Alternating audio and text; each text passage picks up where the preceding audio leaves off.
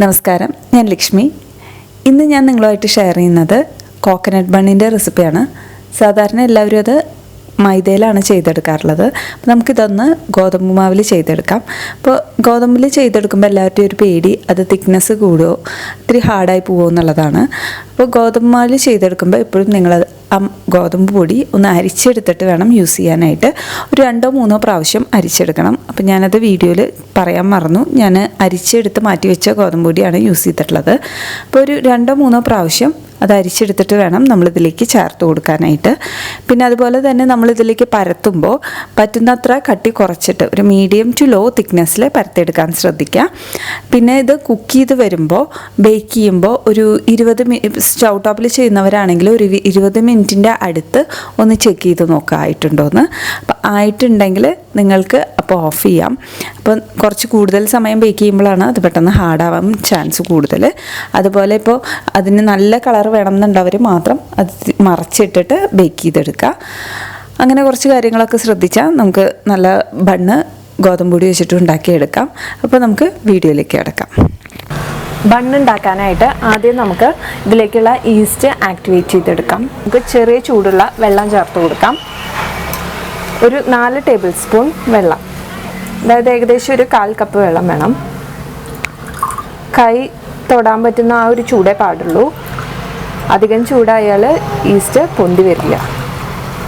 ഇനി ഇതിലേക്ക് ചേർത്ത് കൊടുക്കേണ്ടത് ഷുഗറാണ്. ഏത് തരം ഷുഗർ വേണമെങ്കിലും നിങ്ങൾക്ക് ആഡ് ചെയ്യാം. ഒരു 4 ടേബിൾ സ്പൂൺ ചേർത്ത് കൊടുക്കണം. ഞാനിപ്പോൾ ശർക്കരപ്പൊടിയാണ് ആഡ് ചെയ്യുന്നത്.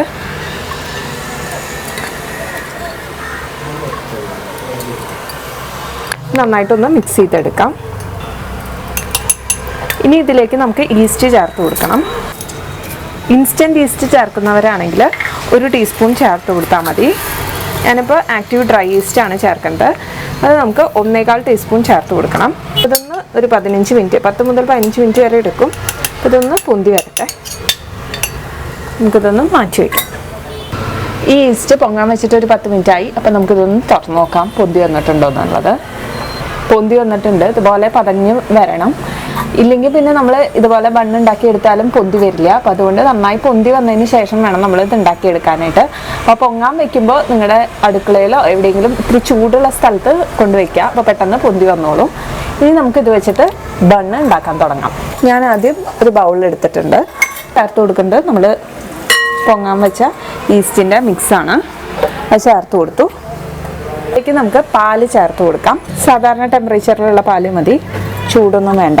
1/4 കപ്പ് ചേർത്ത് കൊടുക്കാം. ഒരു മുട്ട ചേർത്ത് കൊടുക്കണം.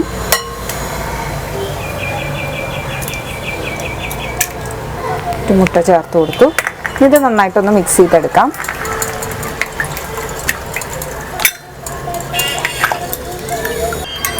കോക്കനട്ട് ബൺ ചെയ്യുന്നതുകൊണ്ട് ഞാൻ കോക്കനട്ട് ഓയിൽ തന്നെയാണ് എടുത്തിരിക്കുന്നത്. അപ്പോൾ നിങ്ങൾക്ക് വേറെ ഏതെങ്കിലും തരം ഓയിലോ അല്ലെങ്കിൽ ബട്ടർ ഉരുക്കിയതോ ഒക്കെ ചേർക്കാം. ഇതേ അളവിൽ തന്നെ 1/4 കപ്പ്.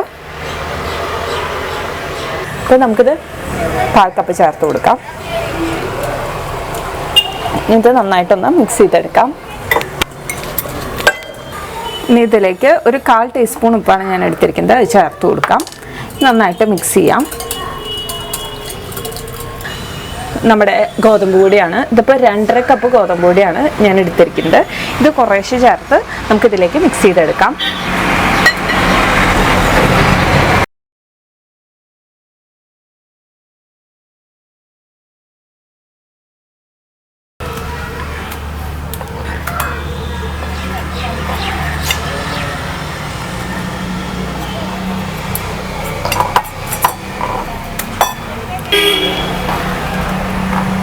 ഇനി ഇത് കുഴച്ചെടുക്കാനായിട്ട് ഞാൻ 1 ടേബിൾ സ്പൂൺ പാൽ കൂടി ചേർത്ത് കൊടുക്കുന്നുണ്ട്. നന്നായിട്ട് മിക്സ് ചെയ്തെടുക്കാം.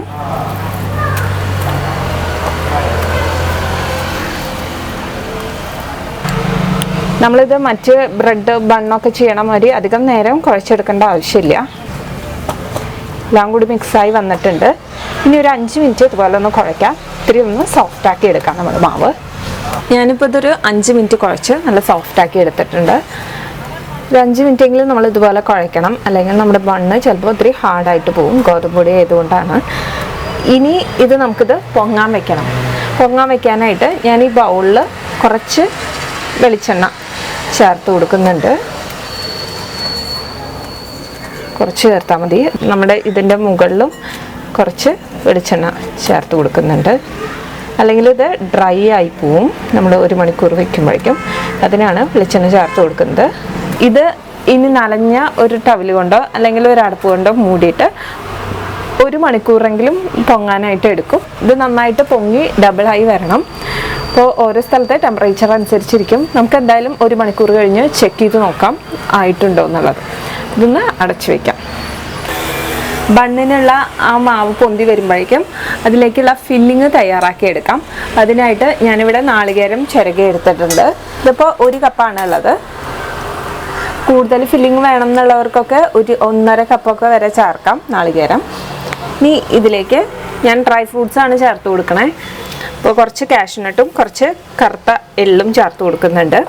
അപ്പോൾ ഇത് സ്വീറ്റ്നെസ്സിന് വേണ്ടിയിട്ട് നിങ്ങൾക്ക് ഏതെങ്കിലും സ്വീറ്റ്നർ ആഡ് ചെയ്യാം. ഇപ്പോൾ പഞ്ചസാരയാണെങ്കിൽ പൊടിച്ചിട്ട് ചേർക്കാം.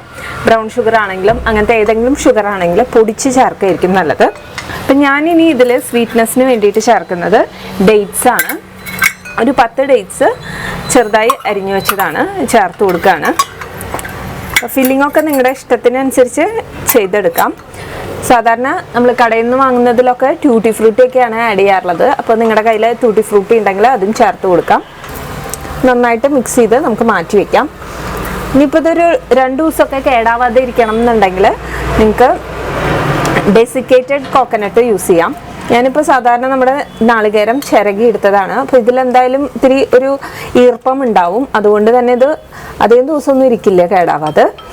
ഇനിയിപ്പോൾ കേടാവാതെ ഇരിക്കണം എന്നുണ്ടെങ്കിൽ വേണമെങ്കിൽ ഡ്രൈ റോസ്റ്റ് ചെയ്തിട്ട് ആഡ് ചെയ്താൽ മതി. ഇതിലേക്ക് 1 ടീസ്പൂൺ ബട്ടർ ചേർത്ത് കൊടുക്കാം. അതും കൂടി ചേർത്തിട്ട് നന്നായിട്ട് മിക്സ് ചെയ്യണം. നിങ്ങൾ ചേർക്കുമ്പോഴും 1 ടീസ്പൂൺ ബട്ടർ ചേർത്ത് കൊടുക്കുക. ബട്ടർ ഇല്ലെങ്കിൽ നെയ്യായാലും മതി. എന്നിട്ട് നന്നായിട്ട് ഇതൊന്ന് മിക്സ് ചെയ്ത് നമ്മൾ മാറ്റി വയ്ക്കാം. ബണ്ണ് പൊങ്ങാൻ വെച്ചിട്ടിപ്പോൾ 1 മണിക്കൂർ കഴിഞ്ഞു. അപ്പോൾ നമുക്കിത് തുറന്ന് നോക്കാം പൊന്തി വന്നിട്ടുണ്ടോ എന്നുള്ളത്. പൊന്തി വന്നിട്ടുണ്ട്. നമുക്കിത് പതുക്കെ ഇതുപോലെ ഒന്ന് പഞ്ച് ചെയ്തെടുക്കണം. ഇനി ഇത് നമുക്ക് ഒരു കൗണ്ടർ ടോപ്പിലേക്കോ അല്ലെങ്കിൽ ഒരു സർഫസിലേക്കോ ഇട്ടിട്ട് ഒന്ന് പരത്തിയെടുക്കണം. ഒരു 5 മിനിറ്റ് ഇതുപോലെ ഒന്ന് കുഴച്ചെടുക്കാം. ഞാനിതൊരു 5 മിനിറ്റ് കുഴച്ചെടുത്തു. ഇനി ഇത് നമുക്ക് 2ആയിട്ട് ഒന്ന് കട്ട് ചെയ്തെടുക്കാം. ഇനി ഇത് പരത്തിയെടുക്കണം. 2 സർക്കിളായിട്ട് പരത്തിയെടുക്കണം. നമുക്കിതിനെ ഒന്ന് നന്നായിട്ട് പരത്തിയെടുക്കണം. അപ്പോൾ നമ്മൾ ഏത് പ്ലേറ്റിലാണോ അല്ലെങ്കിൽ ഏത് പാത്രത്തിലാണോ ബേക്ക് ചെയ്തെടുക്കുന്നത് അതിൽ കൊള്ളാവുന്ന ഒരു വലിപ്പത്തിൽ വേണം പരത്തിയെടുക്കാൻ. ഞാനിപ്പോൾ ഇന്ന് സ്റ്റൗ ടോപ്പിൽ ഈ ഒരു പ്ലേറ്റിൽ വെച്ചിട്ടാണ് ബേക്ക് ചെയ്തെടുക്കുന്നത്. അപ്പോൾ ഇതിനനുസരിച്ചിട്ട് നമുക്ക് ഒന്ന് പരത്തിയെടുക്കാം. നല്ല തിന്നായിട്ട് വേണം എന്നുള്ളവർക്ക് അങ്ങനെ ചെയ്യാം. അതാ മീഡിയം തിക്നെസ് വേണ്ടൂ എന്നുള്ളവർക്ക് അങ്ങനെ ചെയ്യാം. നമ്മളിനി ഇതിൻ്റെ മുകളിലാണ് ഫില്ലിങ് വെച്ചിട്ട് അടുത്ത ലെയർ വയ്ക്കുക. അപ്പോൾ അധികം തിക്കായിട്ട് ഇരിക്കാതിരിക്കുകയാണ് നല്ലത്. ഞാനിത് പരത്തിയെടുത്തിട്ടുണ്ട്. അധികം തിക്നെസ് ഇല്ല, മീഡിയം തിക്നെസ്സിലാണ് പരത്തിയെടുത്തിരിക്കുന്നത്. ഇനി നമുക്കിത് വെച്ച് കൊടുക്കാനായിട്ട് നമ്മൾ ബേക്ക് ചെയ്യാൻ ഏത് പാത്രമാണോ ഉപയോഗിക്കുന്നത്, ഇപ്പോൾ സ്റ്റൗ ടോപ്പിലാണെങ്കിൽ നിങ്ങൾക്ക് നിങ്ങളുടെ വെക്കുന്ന പാത്രത്തിൽ ഏതാണോ കൊള്ളുക ആ ഒരു പ്ലേറ്റോ ഇത്തിരി കട്ടിയുള്ളത് വേണം യൂസ് ചെയ്യാനായിട്ട്. ഒരു പ്ലേറ്റോ അല്ലെങ്കിൽ ഏതെങ്കിലും ഒരു പാത്രമോ യൂസ് ചെയ്യാം. അപ്പം അത് ഒന്ന് പ്രിപ്പയർ ചെയ്തെടുത്തിട്ട് വേണം നമുക്ക് ഇതിലേക്ക് ഇത് വെച്ച് കൊടുക്കാനായിട്ട്. പ്ലേറ്റ് എടുത്തിട്ട് ഇതിൽ ആദ്യം നമുക്ക് ഒന്ന് ഓയിൽ തടവി കൊടുക്കണം ഒട്ടിപ്പിടിക്കാതിരിക്കാൻ. ഓയിലോ ബട്ടറോ എന്താണെങ്കിലും തടവാം. പ്ലേറ്റിൻ്റെ എല്ലായിടത്തും നന്നായിട്ടൊന്ന് സ്പ്രെഡ് ചെയ്ത് കൊടുക്കാം. പ്ലേറ്റാണ് നിങ്ങൾ എടുക്കണമെങ്കിൽ നല്ല കട്ടിയുള്ള പ്ലേറ്റ് എടുക്കണം. സ്റ്റൗ ടോപ്പിൽ വെക്കുന്നവർ, ഓവനിൽ വെക്കുന്നവരാണെങ്കിൽ ആ ഓവനിലത്തെ ട്രേയിൽ വെച്ചാലും മതി. ഇനി ഇതിലേക്ക് നമുക്ക് കുറച്ച് ഗോതമ്പ് പൊടി ഇട്ട് കൊടുക്കാം.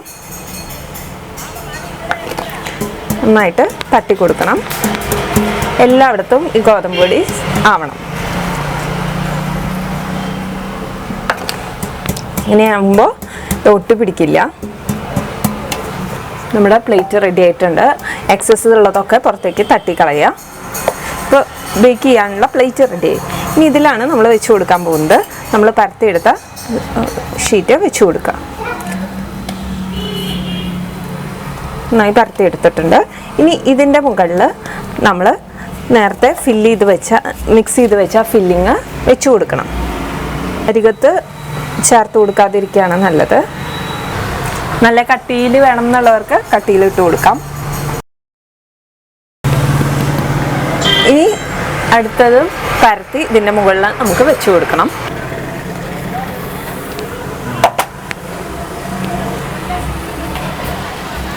ഇനി ഇതിൻ്റെ മുകളിലാണ് നമ്മൾ അടുത്ത ഷീറ്റ് പരത്തി ഇത് വെച്ച് കൊടുക്കുന്നത്.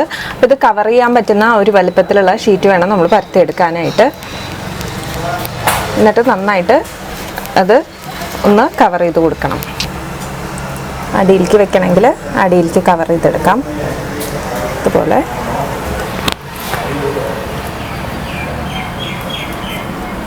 ഇനി ഇത് നമുക്ക് വീണ്ടും ഒന്ന് പൊങ്ങാനായിട്ട് വെക്കണം. അതിന് ശേഷം വേണം നമുക്ക് ബേക്ക് ചെയ്തെടുക്കാനായിട്ട്. അപ്പോൾ ഇതിന് വീണ്ടും ഒന്ന് അടച്ചു വെക്കാം. അപ്പം ഞാൻ ഇതിൻ്റെ മുകളിൽ ലൈറ്റായിട്ട് ഒന്ന് ഓയിൽ സ്പ്രെഡ് ചെയ്ത് കൊടുക്കുന്നുണ്ട്. നമ്മളിത് ഗോതമ്പ് ആയതുകൊണ്ടാണ്, അപ്പോൾ അത് ഡ്രൈ ആയി പോകാനുള്ള ചാൻസ് ഉണ്ട്. അതുകൊണ്ടാണ് വീണ്ടും ഒന്ന് ഓയിൽ സ്പ്രെഡ് ചെയ്ത് കൊടുക്കുന്നത്. ഇനി ഇതൊരു 20-30 മിനിറ്റ് എടുക്കും. ചെറുതായിട്ടൊന്ന് പൊന്തി വരും. 30 മിനിറ്റ് ആയിട്ടുണ്ട്, നന്നായി പൊന്തി വന്നു. ഇനി ഇത് നമ്മൾ ബേക്ക് ചെയ്യാൻ വെക്കുകയാണ്.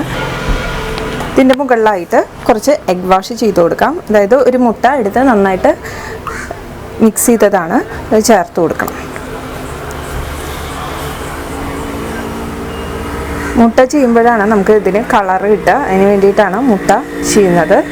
അല്ലെങ്കിൽ നമ്മൾ ബട്ടർ തേച്ച് കൊടുക്കാറുണ്ട്, അല്ലെങ്കിൽ പാലും തേച്ച് കൊടുക്കാം. മുട്ട കഴിക്കാത്തവരാണെങ്കിൽ പാല് ചേർത്ത് കൊടുത്താൽ മതി. പാലിൽ കുറച്ച് ഷുഗർ ആഡ് ചെയ്തിട്ട് ഇതുപോലെ ബ്രഷ് ചെയ്ത് കൊടുത്താൽ മതി. ഇതിൻ്റെ മുകളിൽ കുറച്ച് വെളുത്ത എള്ള് ഇട്ട് കൊടുക്കുന്നുണ്ട്. ഇനി നമുക്കിത് ബേക്ക് ചെയ്തെടുക്കാം. ഇനി ഓവനിൽ ബേക്ക് ചെയ്യുന്നവരാണെങ്കിൽ 180 ഡിഗ്രിയിൽ ആദ്യം ഓവനൊന്ന് 10 മിനിറ്റ് പ്രീ ഹീറ്റ് ചെയ്യുക. അതിനുശേഷം 180 ഡിഗ്രിയിൽ ഒരു 20 മുതൽ 25 മിനിറ്റ് വരെ എടുക്കും. അപ്പോൾ ഒരു 25 മിനിറ്റ്സ് ആ കളറ് ആവുന്നതിനനുസരിച്ചിട്ടാണ്. നിങ്ങൾ 20 മിനിറ്റ്സ് ആയിട്ട് കളറ് നന്നായിട്ട് ബ്രൗൺ അയച്ചെങ്കിൽ ഓഫ് ചെയ്യാം. അല്ലെങ്കിൽ ഒരു 25 മിനിറ്റ്സ് വെച്ചിട്ട് ബേക്ക് ചെയ്തെടുക്കുക. ബേക്ക് ചെയ്യാനുള്ള പാത്രം ഓൾറെഡി ഞാൻ പ്രീ ഹീറ്റ് ചെയ്യാൻ വെച്ചിരുന്നു. ബേക്ക് ചെയ്യാൻ നിങ്ങളൊരു പാത്രം എടുക്കുമ്പോൾ നല്ല കട്ടിയുള്ള പാത്രം എടുക്കാനായിട്ട് ശ്രദ്ധിക്കുക. അല്ലെങ്കിൽ നമ്മൾ വെക്കുന്നത് കരിഞ്ഞു പോവും. അപ്പോൾ അതുകൊണ്ടാണ് ഞാൻ ഇരുമ്പിൻ്റെ എടുത്തത്. അപ്പോൾ നിങ്ങൾക്ക് വേണമെങ്കിൽ കുക്കറിൽ ചെയ്യാം. കുക്കറിൽ ഇതുപോലെ തന്നെ കുറച്ച് നേരം പ്രീ ഹീറ്റ് ചെയ്തിട്ട് അതിൽ കുക്കറിൽ വിസിലും അതുപോലെ തന്നെ ഗ്യാസ്കറ്റും ഇല്ലാതെ വേണം നമ്മൾ ബേക്ക് ചെയ്തെടുക്കാനായിട്ട്. ഇതുപോലെ ഉപ്പിട്ടിട്ട് അതിൻ്റെ ഉള്ളിൽ ഒരു സ്റ്റാൻഡോ ഒരു പാത്രം കമഴ്ത്തിയോ വെച്ച് കൊടുക്കുക. ഒരു ഹൈറ്റിൽ വേണം നമ്മൾ ബേക്ക് ചെയ്യുന്നത് വെക്കാൻ. അതിന് ശേഷം അടച്ചു വെച്ച് 10 മിനിറ്റ് പ്രീ ഹീറ്റ് ചെയ്യുക. അതിന് ശേഷം നമുക്ക് ഏതെങ്കിലും ഒരു പാത്രത്തിൽ ഇത് വെച്ച് കൊടുക്കാം. അപ്പോൾ അതൊക്കെ വെക്കണം, ചൂടായിരിക്കും. ഇത് വെച്ചിട്ട് ബേക്ക് ചെയ്തെടുക്കണം. ഇത് ഒരു മീഡിയം ഫ്ലെയിമിൽ ബേക്ക് ചെയ്തെടുക്കണം. ഞാൻ അടച്ചു വെച്ചു. ആവിയൊന്നും പുറത്തേക്ക് പോവാത്ത പോലെ വേണം നമ്മളിത് ബേക്ക് ചെയ്തെടുക്കാൻ. ഇനി ഒരു മീഡിയം ഫ്ലെയിമിൽ ഒരു 20 മുതൽ 30 മിനിറ്റ് വരെ എടുക്കും. അപ്പം നമ്മൾ 20 മിനിറ്റ് കഴിയുമ്പോൾ ചെക്ക് ചെയ്ത് നോക്കാം. ഇതിപ്പോൾ ഒരു 20 മിനിറ്റ് ആയിട്ടുണ്ട്. ഇതിൻ്റെ ആ ഇതിപ്പോൾ നന്നായിട്ട് ആയിട്ടുണ്ട്, പക്ഷെ നമുക്ക് ആ കളറ് കിട്ടിയിട്ടില്ല. അപ്പോൾ കളറ് കിട്ടണം എന്നുണ്ടെങ്കിൽ നമുക്കിതൊന്ന് മറിച്ചിട്ട് കൊടുക്കാം. അപ്പോൾ പതുക്കെ ഒരു കയ്യിൽ വെച്ചിട്ടൊന്ന് പതുക്കെ പൊന്തിച്ചിട്ട് സൂക്ഷിച്ചിട്ട് വേണം. കളറ് വേണം എന്നില്ലെങ്കിൽ പിന്നെ വലിയ കുഴപ്പമൊന്നുമില്ല.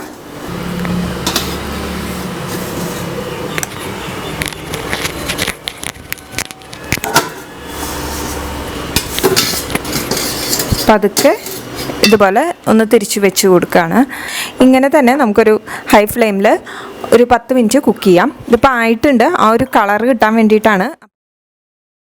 കോക്കനട്ട് ബൺ ബേക്ക് ചെയ്തെടുത്തിട്ടുണ്ട്. ഇത് ബേക്ക് ചെയ്ത് ഗ്യാസ് ഓഫ് ചെയ്തപ്പോൾ തന്നെ നമ്മളൊരു പ്ലേറ്റിലേക്ക് മാറ്റുക.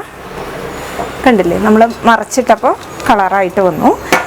ഇനി ഇത് ഈ ചൂടാറുന്നതിന് മുമ്പ് തന്നെ ആ ചൂടോട് കൂടിയിട്ട് തന്നെ ഇതിൻ്റെ മുകളിൽ കുറച്ച് ബട്ടർ തേച്ച് കൊടുക്കണം. കുറച്ച് ബട്ടർ ഇട്ടിട്ട് എല്ലായിടത്തും തേച്ച് കൊടുക്കണം.